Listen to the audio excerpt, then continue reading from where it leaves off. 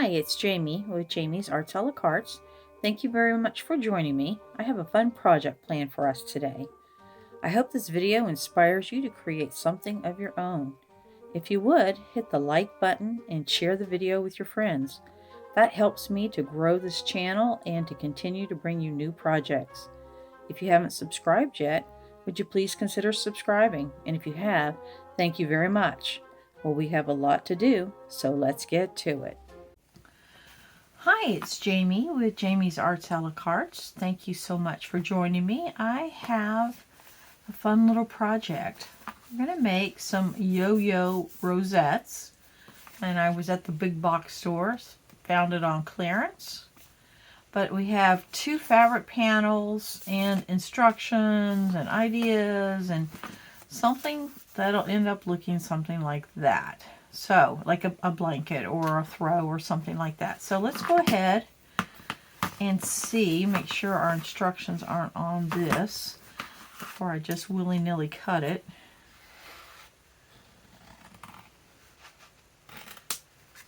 Okay, voila. We'll remove that, which will allow us to remove the hanger. And yes, I will keep the hanger. It will come in handy. And this piece of cardboard. You've seen these in many projects. Alright, so here are the directions. So let's get this to where we can read it. Cut out the circles on the printed edge. Fold the edge of the circle under with the wrong side of the fabric just enough to see the stitch marks and press. So I got to get I'll get my Cricut presser out. Double thread a needle with enough thread to sew around the circle and not on the end.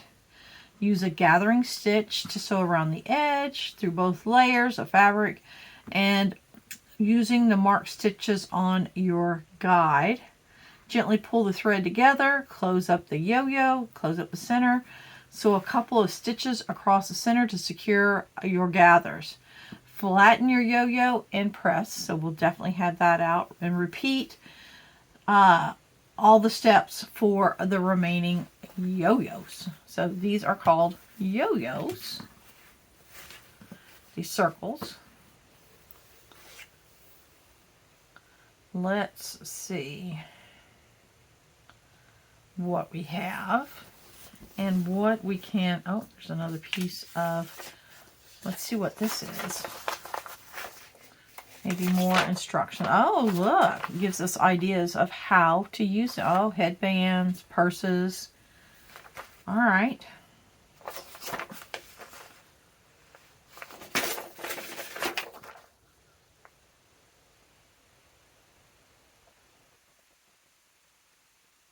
All right, well, there we go. Oh, they even did earrings. Not sure I'd do that, but a bracelet. The headband's kind of cute. We'll see what these turn out to be.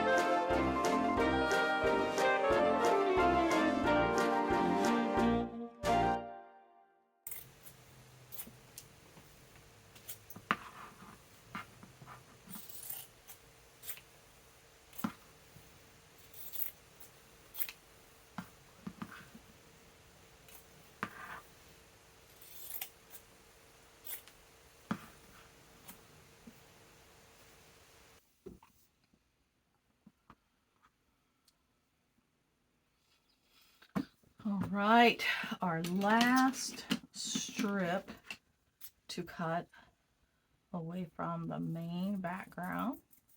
Just giving a tiny little edge. Not measuring it, I'm eyeballing it.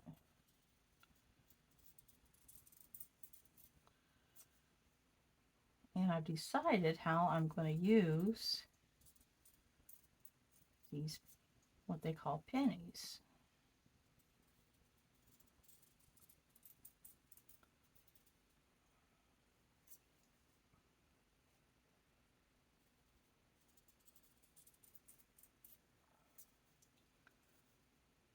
And I did start piles for each of the different designs, so that gives me a good idea of how many I have of each kind.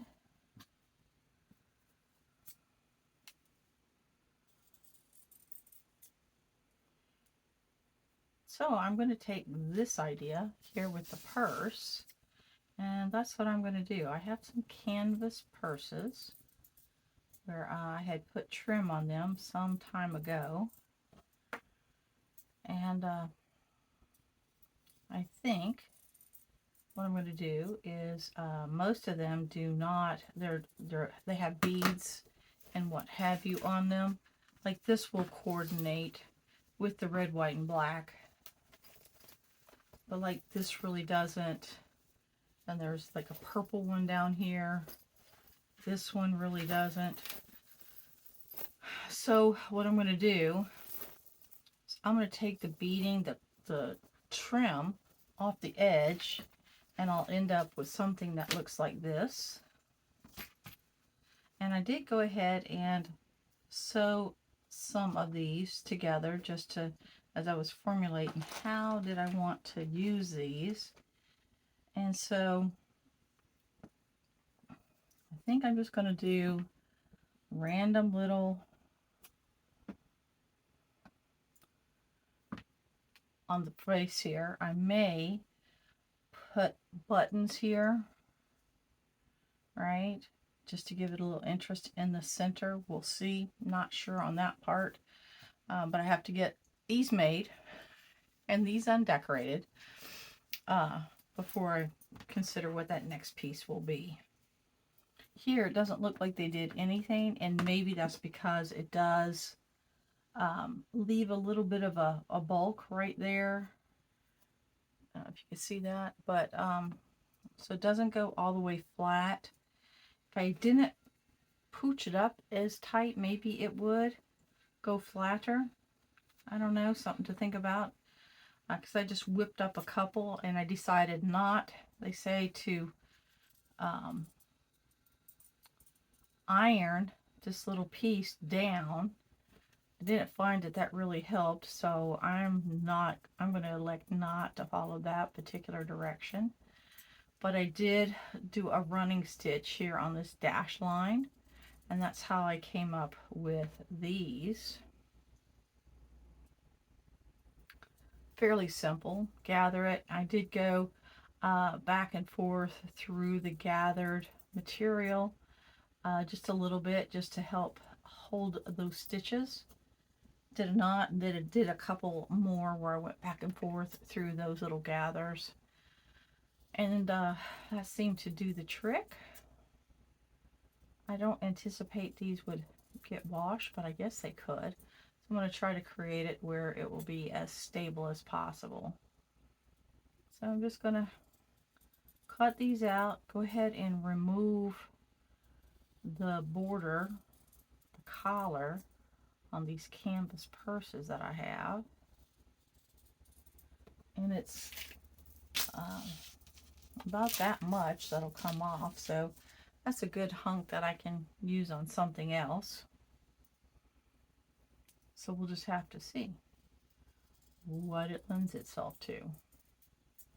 I did dig out a whole bunch of trims that I have on hand, right, from sparkly to small to bigger to flashy, red flashy. So we'll just have to see kind of how it comes together, but I've got elements that I think I can make it look very interesting. All right, let me put these back so I can finish off my stacks here.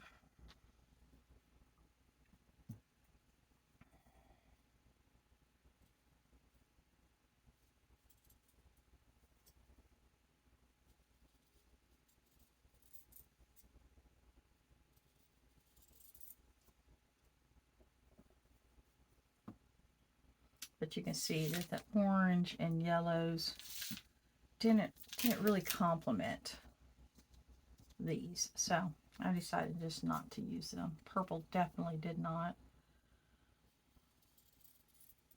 But I had other trim that I can put along the top.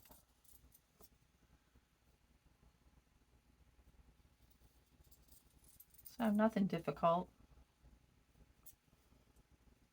Just takes a little bit of time.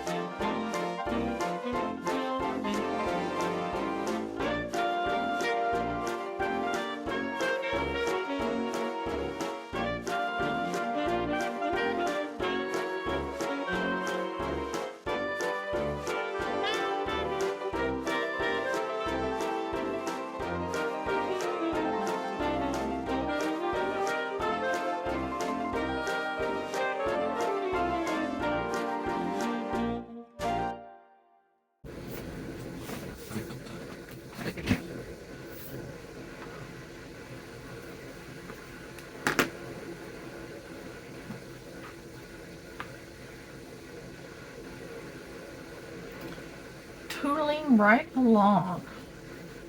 It's just running stitch over and over. I did find a better way, and I'll show you on this one how to make them lay flat. And it's just a matter of not pulling that center all the way tight.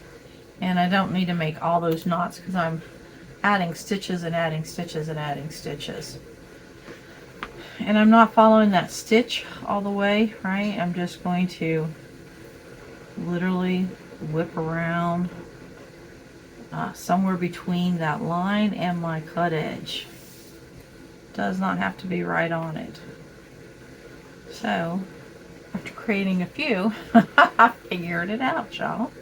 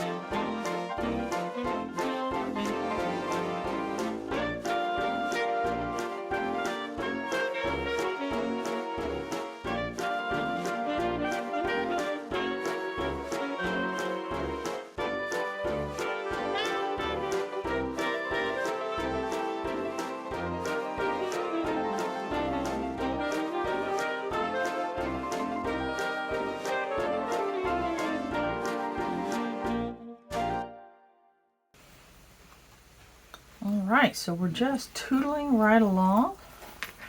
I have a trick, putting my thread bobber in here, my spool of thread, keeps it from me catching 2 layers. And then I've settled on 7 pennies. Seems to be like the good number to fill out the front, not be, you know, overdone. So just keep on hand sewing. And then the other thing that I've landed on is I am adding these larger buttons, and they're just for a little bit of extra added interest. So there we go. Just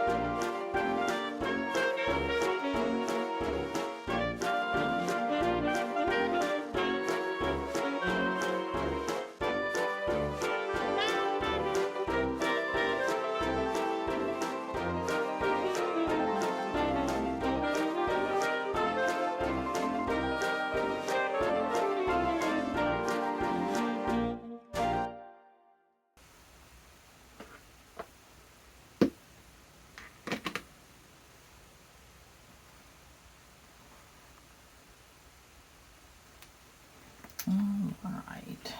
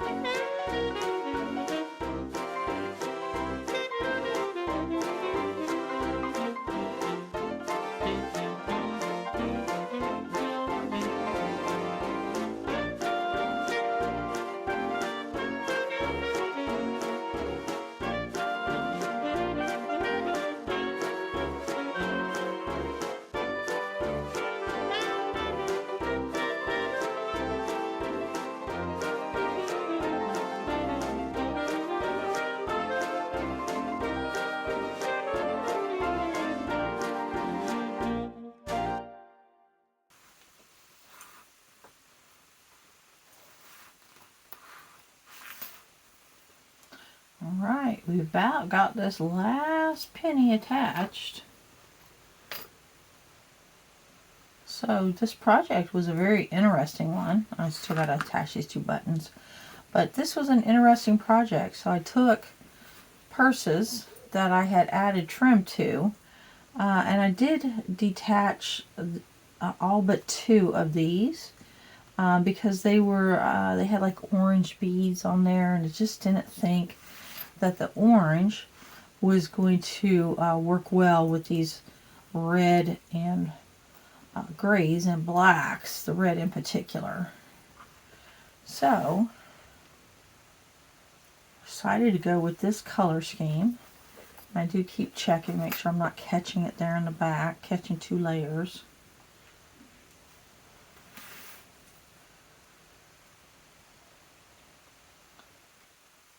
Alright. Here I'm going to overlap a little bit, and that's just for a little bit of extra interest. So I'm going to go and try to catch this, only this top, the front piece of this purse. and none of the buttons. And just going just inside the edge so that the stitches hide. And this one's a little different. Not really a button, but I thought it kind of lended itself well to this project, so I went ahead and used it. It's just a metal rose with a loop at the top. So I'm going to cover a little bit of this one also. I think that's okay because it doesn't, just again adds a little bit of interest. So the things I learned with this project is the pennies, you leave that center not complete, you don't cinch it up as tight as it'll go.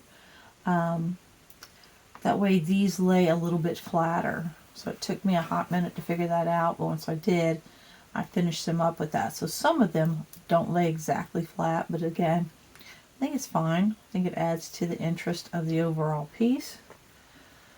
The second thing I learned is to go ahead and use a double thread just for strength. So that was a good thing. I did, here's my last stitch. I'm just going to come in and try to catch this and pull it to the back and make a knot. I used that fabric paint on this. Will it last forever? Probably not, but right here at the beginning, when I first give these away, it'll look really nice and they'll stay in place. So here, and you don't want to go too tight. See, that's too tight. So you want it to kind of be like that.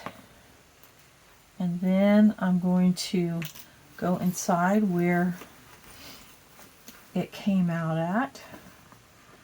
And I'm just going to do like a French, kind of like embroidery French knot. I'm going to go around a couple times, pull it through. I'm not going to go over on the outside like you would with a true French knot. But I'm going to give one spacer, and then I'm going to do another French knot. So that's 2 knots to help secure that penny onto the surface. And then I'm going to go and just do just a real easy in and out. Make sure that the needle didn't come through. It did not. And then what I want to do is I want to see, because I know I want to put a bead like right in here. So let's maybe like right in there. Let's see how far that is from where I'm at. That's a pretty long gap. So I'm going to go ahead and cut this here, because I try to keep these kind of short so that as you use the purse, nothing catches on it and then becomes like a snag hazard kind of thing. I'm going to put a double knot. This is the other thing I learned along the way with this project. It's just a double knot. I am going to go from the front, since it was too far to do it on the back. But I'm going to kind of see, where do I want that one? There. And where do I want it?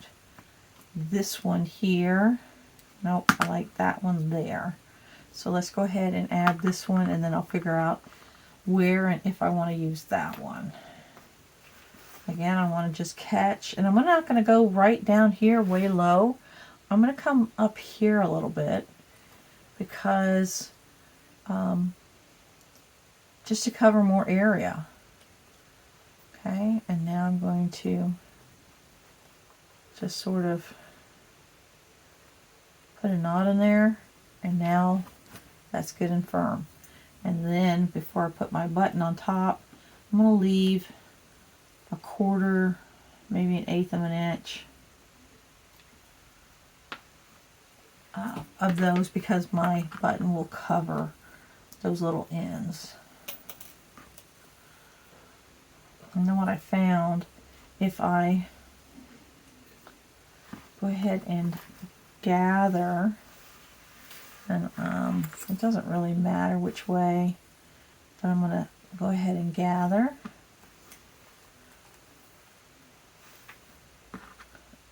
put this on. And now I'm back here again, so I'm going to go ahead and catch me another piece. Try to go in a different area, maybe even expand out a little bit. That'll help with stability, because these shanks are pretty tall on the buttons. Okay, so here, go back through the button.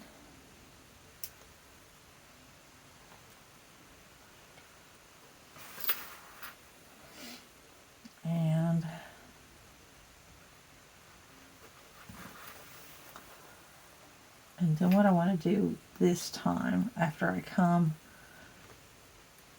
because I want to make sure it's nice and secure. That's 3 times through there. And then I want to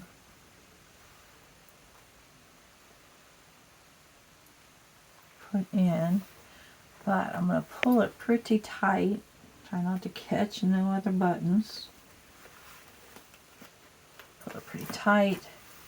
And then as I got it pulled fairly tight, I want to go ahead and put one of those double roundy round kind of knots. And then the other thing, so I'll go ahead and give it. And then last one for this button. And then I want to, this is a penny, I can see this, the outline. So I'm going to go ahead and just give it a couple, make sure that it doesn't show. It doesn't. So I'm going to pull it through and go ahead and, again, all of these are about 1/4 to 1/8 of an inch.